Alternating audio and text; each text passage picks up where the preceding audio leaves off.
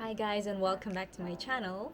For today's video, we'll be talking about the 5 key points in proof of funds that you need to know so that you can prove that you can support yourself while you are here in Canada.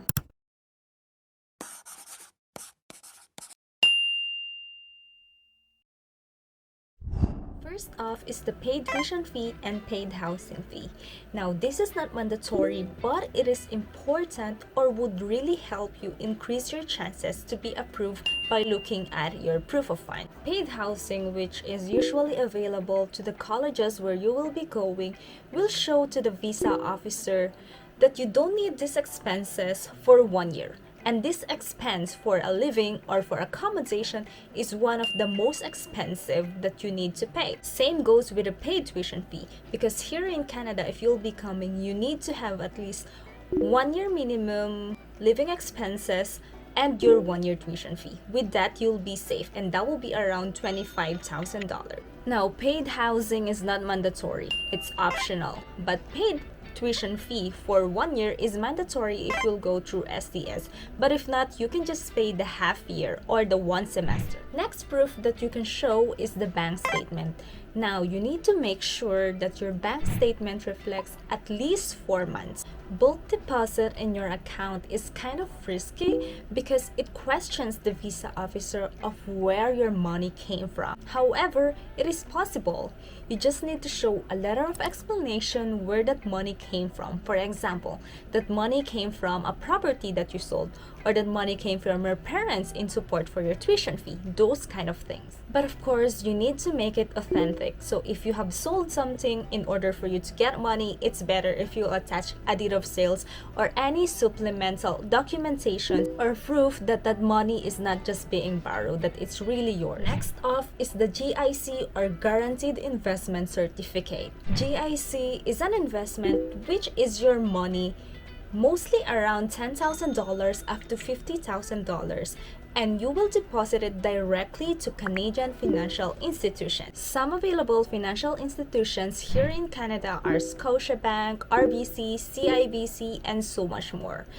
For me, if you'll ask me what institution I have chosen for my GIC, that is the Scotiabank. So I have applied online. If you want to know on how to apply online through GIC, please check this link, and it may help you to know some information on how to open your account. Now, GIC again is not mandatory, but it is mandatory if you'll go through SDS, Student Direct Stream. In my opinion, GIC is one of the best proof of fund that you can show because your money is already in Canada and it is readily available for you. But take note that it will take you 12 months to get all your money there, which makes the immigration officer feels more satisfied that you can live here in Canada. Next up is the assets. Now, assets includes cars, land titles, investments, or other things that you have. But please take note that these are mostly just supplementary. This will not be your main proof of fund. Why? Because proof of funds would likely be an unencumbered ones, which means that you can easily use it even if it's the next day. Not like if you have an assets, you need to wait for, let's say, 3 months for you to get the money for that.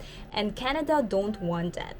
Aside from proof of funds for these assets, you could also write this in your home ties. If you wanted to know on how I wrote my SOP letter or statement of purpose, you can check out this video, and it will tell you on the step-by-step basis and what are the important information that you could add. Now, this will cover the accommodation, food, tuition fee, and any other expenses that you will be having.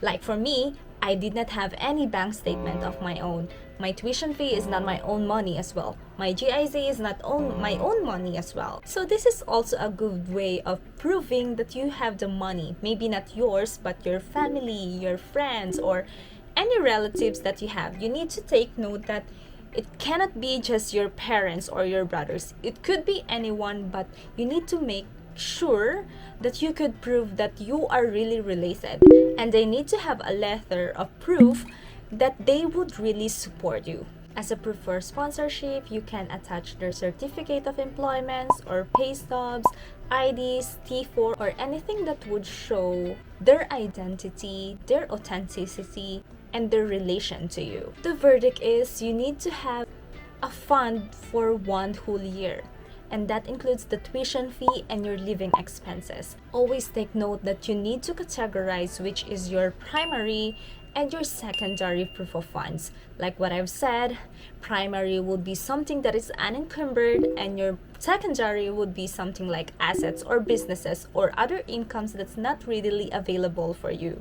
Also, you can add in your proof of funds the outlines of your expenses and how much money you have, so the visa officer already have an idea if you really have enough money to accommodate your expenses. If you want to know on how I have applied my study permit and the proof of fund that I have shown, you can check my visa story video, which is primarily a student direct streams and is a mandatory of $10,000 GIZ and a 1-year paid tuition fee. And that's it for today. If you have any question, please comment it down below, and I would see you next vlog.